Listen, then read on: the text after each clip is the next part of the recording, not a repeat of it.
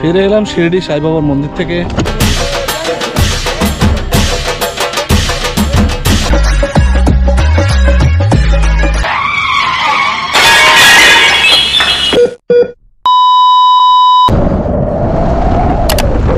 গাড়ির একটা কাঁচ রাত্রিবেলা 2:30টার সময় হাওয়ার এত প্রেসার আর বাঁ দিকের কাঁচটা ভেঙে ঢুকে গেছে। হাড় হিম করে দিচ্ছিল পুরো, মনে হচ্ছিল যেন ধরে ডিপ ফ্রিজের মধ্যেও ঢুকিয়ে দিয়েছে আমাদেরকে।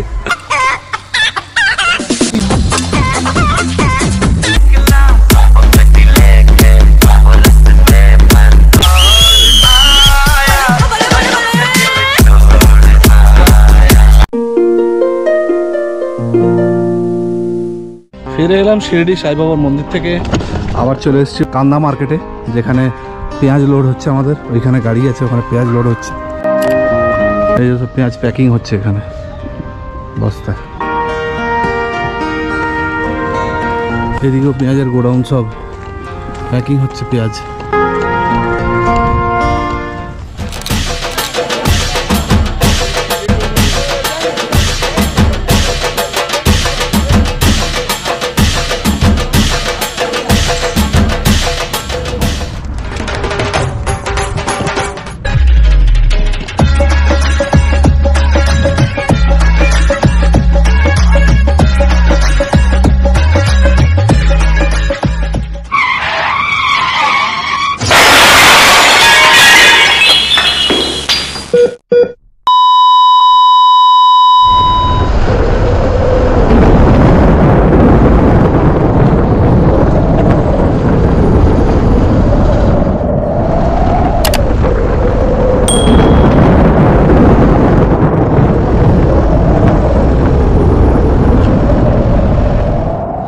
এতক্ষণ কথা বলার মতন পজিশনে ছিলাম না।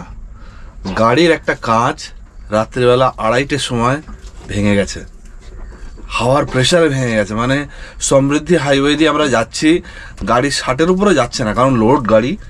তা সত্ত্বেও হাওয়ার এত প্রেসার আর ফাঁকা রাস্তা, গাড়ির বাঁ দিকের কাঁচটা ভেঙে ঢুকে গেছে। মানে এয়ার কন্ডিশনার, রেফ্রিজারেটর সব ফেল, এত ঠান্ডা হাওয়া ঢুকছে হু হু করে, মানে আমাদেরকে হাড় অবধি কাঁপিয়ে দিয়েছে। এই হচ্ছে সেই গাড়ির কাঁচ, আর এই হচ্ছে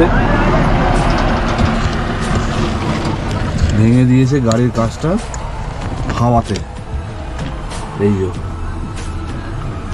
এই কাঁচ বেরিয়ে গেল, আবার এই ঢুকে এলো।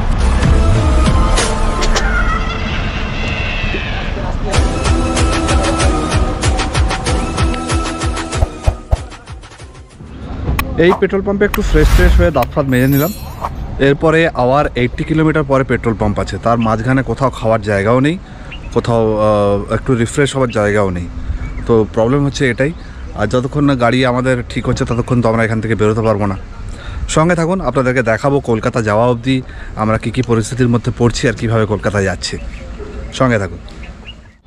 বাই দ্য ওয়ে, আপনাদের কালকে রাত্রিবেলা দেখানো হয়নি আমাদের গাড়িতে কি লোড হয়েছে। আমাদের গাড়িতে পেঁয়াজ লোড হয়েছে, আর এই হচ্ছে আমাদের পেঁয়াজের গাড়ি। এর মধ্যে প্রায় 35 টনের কাছাকাছি পেঁয়াজ লোড আছে গাড়িতে, ফুল গাড়িতে পেঁয়াজ লোড আছে। আর কালকে রাত্রে বাঁধা হয়েছিল, এরপর যেহেতু বস্তা থাকে তো বস্তা নড়তে নড়তে কী হয়, সেট হয় জায়গায় জায়গায়, যত জার্কিং হবে তত সেট হবে, তো সেটা নিচে নাবে। তো তারপরে কী হয়, দড়িগুলো লুজ হয়ে যায়, তো সেই কারণে ওই দড়িগুলো খুলে আবার বাঁধা হচ্ছে এখন, যাতে রাস্তায় কোথাও খুলে পড়ে না যায়।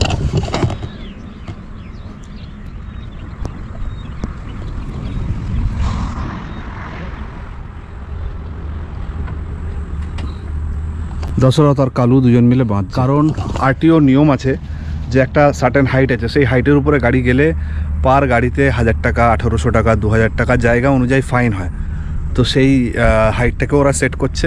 তার সাথে ওজন হচ্ছে যে 14 চাকার গাড়ি যদি থাকে তাহলে 30 টন ম্যাক্সিমাম ওজন, যদি 16 চাকার গাড়ি থাকে তাহলে 35 টন ম্যাক্সিমাম ওজন, যদি 12 চাকার গাড়ি থাকে তাহলে 25 টন ম্যাক্সিমাম ওজন ক্যারি করতে পারবে। তো এটা যেহেতু 14 চাকার গাড়ি, 30 টন ওজন ম্যাক্সিমাম মানে ক্যারি করতে পারবে। তো এর কাছে 30 টনই মাল আছে, কিন্তু মালটা একটু হাইট হয়ে গেছে। আর রাস্তায় আরটিওরা বসে থাকে ধরার জন্য যে কোনটার হাইট বেশি আছে। যেই দেখবে হাইট বেশি, সঙ্গে সঙ্গে ধরে কপ করে 1000 থেকে 1200 টাকা 1500 টাকা কেটে নেবে। এটা ওদের কামাই। মানে এই রাস্তায় চলতে গেলে একটা ড্রাইভারকে অন্তত পকেটে করে 2 লাখ টাকা ক্যারি করতে হয় শুধু গাড়ি যদি এই কলকাতা থেকে নাসিক রোডে আসে, কারণ তার মধ্যে প্রায় 1 থেকে 30 লাখ টাকার মতন তেল লাগে, আর তার সাথে লাগে হচ্ছে যে টোল ট্যাক্স, প্রায় 38 থেকে 40 হাজার টাকার কাছাকাছি টোল ট্যাক্স লাগে, আপ ডাউন মিলিয়ে বলছি আমি। আর তার সাথে আরটিওর একটা খরচা আছে, যেখানে আরটিও ধরবে সেখানে ধরে নিয়ে আরও 1000, 1200, 2000 এরকম খরচা হয়। সেই কারণে মোটামুটি আপ ডাউনে একটা 7-8 হাজার টাকা বাজেট ধরে রাখে। তো একটা গাড়ি যদি ফুল পাঞ্জাব গাড়ি যদি কলকাতা থেকে নাসিকে আসে মাল দিতে এবং এখান থেকে মাল নিতে, তো বলে সেই গাড়িটার পিছনে কম করে 2 লাখ টাকার খরচা আছে। তো আমরা যতটা ভাবি সহজ, ততটা সহজ নয়। এই জিনিসটা একটা রিস্ক তো ড্রাইভারের উপর থাকে, তাকে সঠিকভাবে সেই গন্তব্যস্থলে পৌঁছে দেওয়া, তার সাথে রাস্তার সমস্ত খরচাকে মেনটেন করা, তার মালিককে বাঁচানো। যদিও এই নিজেই মালিক, দশরথের নিজেরই গাড়ি, সেই চাপটা নেই। তবে যেহেতু ও নিজে কাজ করে, নিজে খাটে, ও প্রত্যেকটা জিনিস চেষ্টা করে যতটা নিজেকে বাঁচিয়ে কাজ করা যায় ততটা ও সংসারের পিছনে সেই টাকাটা ইনভেস্ট করতে পারবে। এই যে 2 লাখ টাকাটা বললাম, এটা কিন্তু গাড়ির খরচা বললাম, এটা ওর খরচা বললাম না। কারণ ওর রাস্তাঘাটের একটা খরচা আছে, খাওয়া দাওয়ার, তার সাথে ওর সাথে যে সাপোর্টিং ড্রাইভার বা যে হেল্পার থাকবে তার একটা কস্ট আছে, এবং সে যখন ট্রিপে যাবে, ট্রিপ থেকে ফেরার পর তাকে একটা থোকও টাকা দিতে হয়। তো অনেক কিছু হেডেক থাকে একটা ট্রাক মালিকের উপরে। যেহেতু ও নিজেই মালিক, সেই কারণে এই দায়িত্বটা পুরোটাই ওর ঘাড়ের উপরে আসে।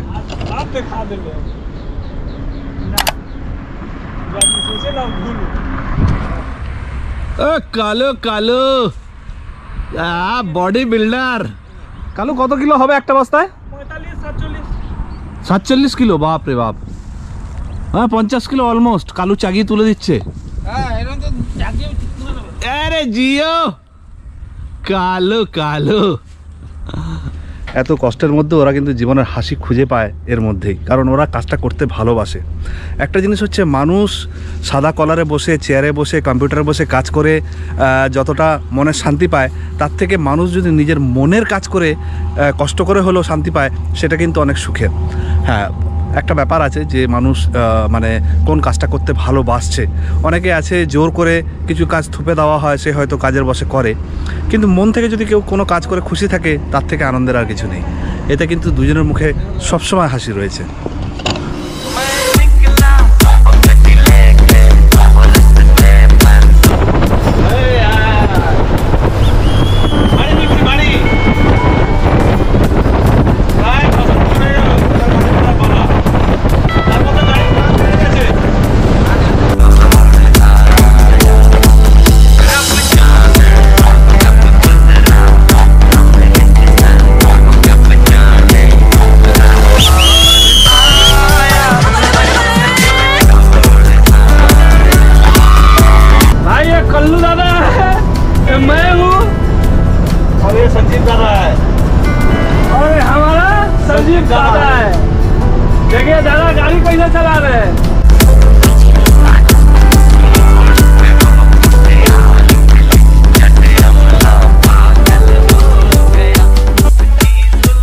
ফাইনালি গাড়ির কাঁচ লাগানো হচ্ছে, এই যে মিস্ত্রি লাগাচ্ছে এখন।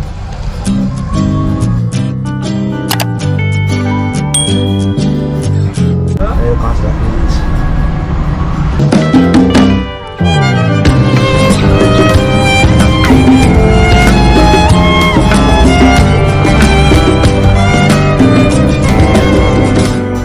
ফাইনালি এবার বসা যাবে, নইলে যে অবস্থা হচ্ছিল, হাড় হিম করে দিচ্ছিল পুরো, মনে হচ্ছিল যেন ধরে ডিপ ফ্রিজের মধ্যেও ঢুকিয়ে দিয়েছে আমাদেরকে।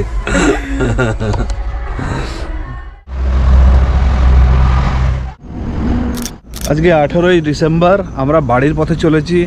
স্টার্ট করেছিলাম 16 তারিখ রাতে, তারপর 16 তারিখ রাতে গাড়ির কাঁচ ভেঙে যাওয়াতে আমরা তো প্রায় মানে ঠান্ডায় জমে গিয়েছিলাম, আপনারা সবাই জানেন, দেখেছেন। তো সেই কারণে আমাদেরকে বেশ কিছু জায়গায় স্টে করতে হয়েছে, কারণ ওই গাড়ি নিয়ে চলা যাচ্ছিল না রাত্রিবেলায়।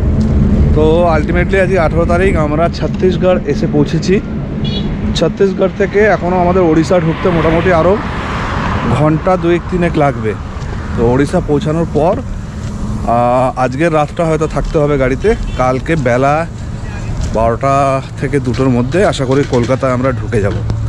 তো এখন বাজে সকাল 8:40, ছত্তিশগড়ে আছি হাইওয়ের উপরে। এখানে আমরা এখন ব্রেকফাস্ট করব। তো এই ধাবায় ঢুকেছি এখানে ব্রেকফাস্ট করার জন্য। ব্রেকফাস্ট করে তারপর আবার এখান থেকে ওড়িশার পথে বেরোবো।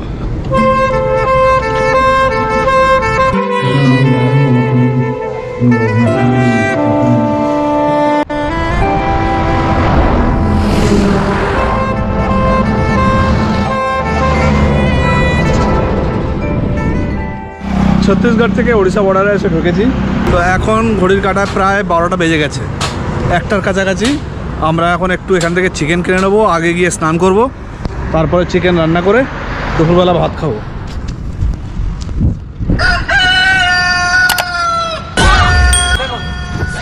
হ্যাঁ, আজকে ছোটো নেই, বেশি বড় জিনিস না, বেশি খাবো না।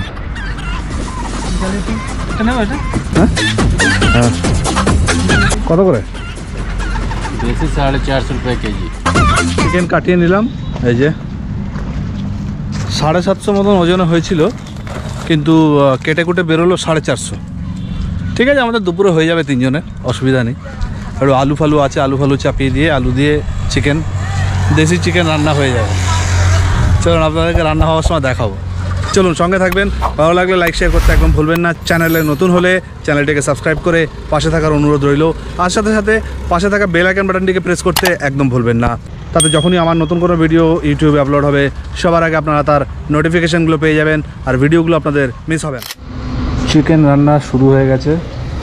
এতক্ষণ আমি বসে বসে এই যে রসুন ছুললাম আর কাঁচা লঙ্কা, ওখানে আলু কাটা আছে, পেঁয়াজ কাটছে দশরট, এখানে তেল গরম হচ্ছে। ভাত আমাদের হয়ে গেছে রেডি, ওখানে ভাত হয়ে গেছে না? ভাত হয়ে গেছে। এবার মাংসটা রান্না হবে, খাওয়া হবে।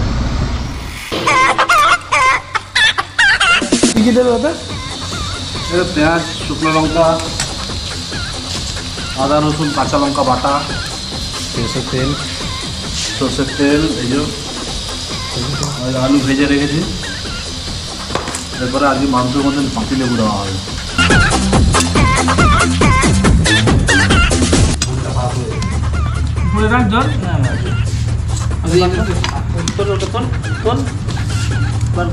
আমাদের সব রেডি, খাওয়া দাওয়া এবার খাওয়ার বাড়া হয়েছে, খাওয়া হবে।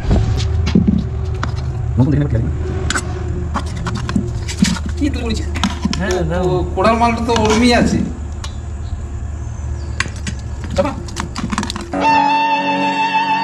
সুপ্রভাত বন্ধুরা, আজকে 19 ডিসেম্বর 2023, 12 তারিখে আমরা বাড়ি ছেড়েছিলাম নাসিক যাওয়ার জন্য।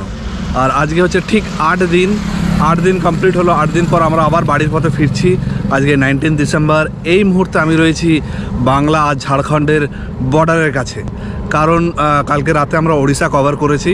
ওড়িশা ক্রস করে ঝাড়খণ্ডের কিছুটা পার্ট পরে, এর আগেও আমি বলেছিলাম আপনাদের। তো এই ঝাড়খণ্ড বর্ডারের কাছে রয়েছি। এই হচ্ছে বাংলা আর ঝাড়খণ্ড বর্ডার লাইন। এরপরে এইটার পর থেকে শুরু হয়ে যাচ্ছে বাংলা, আর এই দিকটা হচ্ছে ঝাড়খণ্ড। তো আমরা এখন এই ঝাড়খণ্ডের বর্ডারেই রয়েছি। আমাদের গাড়ি এখান থেকে আর কিছুক্ষণ পরে আমরা ব্রেকফাস্ট করে ছাড়বো। এখান থেকে কলকাতা মোটামুটি 176 কিলোমিটার রাস্তা। তো 176 কিলোমিটার রাস্তা বাই ট্রাক আমাদের যেতে অন্তত 3 থেকে 4 ঘন্টা লাগবে। তো মোটামুটি এখন যদি 7:30 বাজে, আমরা ওই 11:30 12টা নাগাদ কলকাতায় এসে পৌঁছাবো। তো আজকের মতন ভিডিওটা আমরা এখানেই শেষ করব। আপনাদের পুরো সিরিজটা কেমন লাগলো অবশ্যই আমাকে জানাতে ভুলবেন না। ভালো লাগলে লাইক শেয়ার করতে একদম ভুলবেন না।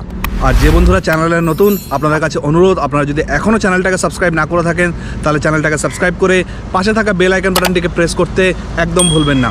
তাতে যখনই আমার নতুন কোনো ভিডিও ইউটিউবে আপলোড হবে, সবার আগে আপনারা তার নোটিফিকেশানগুলো পেয়ে যাবেন, আর ভিডিওগুলো আপনাদের মিস হবে না।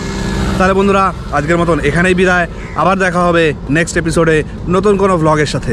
ততক্ষণ পর্যন্ত ভালো থাকবেন, সুস্থ থাকবেন আর হাসতে থাকবেন। টাটা, বাই বাই, শব্বা খ্যার।